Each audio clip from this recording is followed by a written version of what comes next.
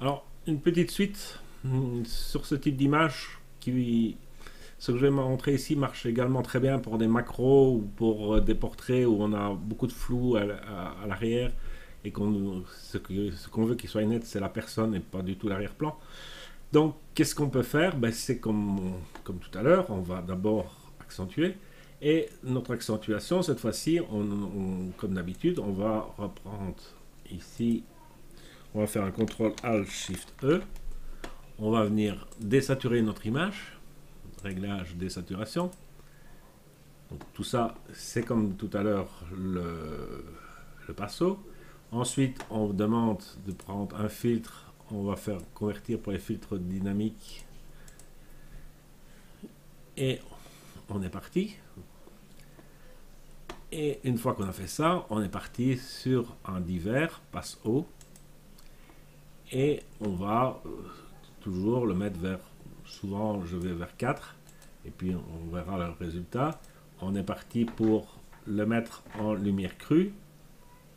Donc, quand je suis en lumière crue, c'est que je mets le maximum de netteté que j'ai envie. Vous voyez que ça a aussi accentué tout l'arrière. Donc, qu'est-ce qu'on va faire? On va les prendre, on va se remettre sur le calque le premier. On va les prendre, par exemple, l'outil de sélection rapide. Et on va venir sélectionner notre bonhomme le mieux qu'on peut. Voilà.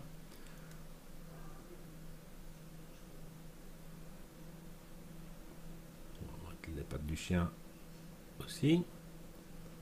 Je mets le mur parce que le mur, ce serait pas normal que le mur n'ait pas de détails et que la personne en ait énormément. Donc je vais prendre une partie du mur ici.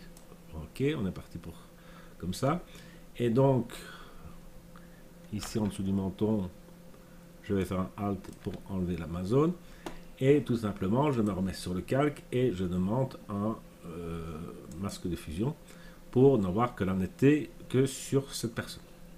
Alors, je peux prendre également, je peux reprendre mon pinceau ici, mon pinceau, je vais mettre un flux de 20% et peut-être, pour avoir quand même un semblant de normalité, venir peindre ici légèrement en blanc. Donc légèrement en blanc, je viens peindre mon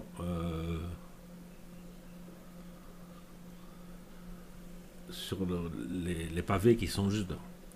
Alors jusque là, pas beaucoup de différence qu'avec ceci, avec ce qu'on a fait. Sauf qu'ici, je vais faire, maintenant, je vais demander qu'on duplique ce calque. Ok. Je vais dupliquer le calque et cette fois-ci, je vais inverser mon masque. Ok. Et je vais aussi sur mon objet dynamique l'inverser. Et donc, qu'est-ce qui se passe quand je fais ça? C'est que je floute un peu l'arrière-plan. C'est pas énorme, mais l'arrière-plan est plus flou maintenant qu'avant. Sauf évidemment ma zone que j'ai définie ici dans mon masque de fusion. Donc sur les macros, etc., si vous avez quelque chose que vous mettez de la netteté, vous pouvez tout simplement dupliquer votre calque, l'inverser, et donc essayer d'enlever aussi de la netteté autre part. On peut regarder en cliquant sur le pinceau ici, qu'est-ce que ça donne si on met 15. Voilà. Vous voyez qu'on augmente le flou, mais pour moi c'est un peu trop.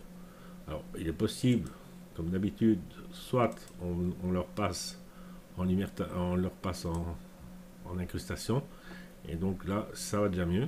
Et donc vous voyez qu'on a rendu notre arrière-plan un peu plus flou.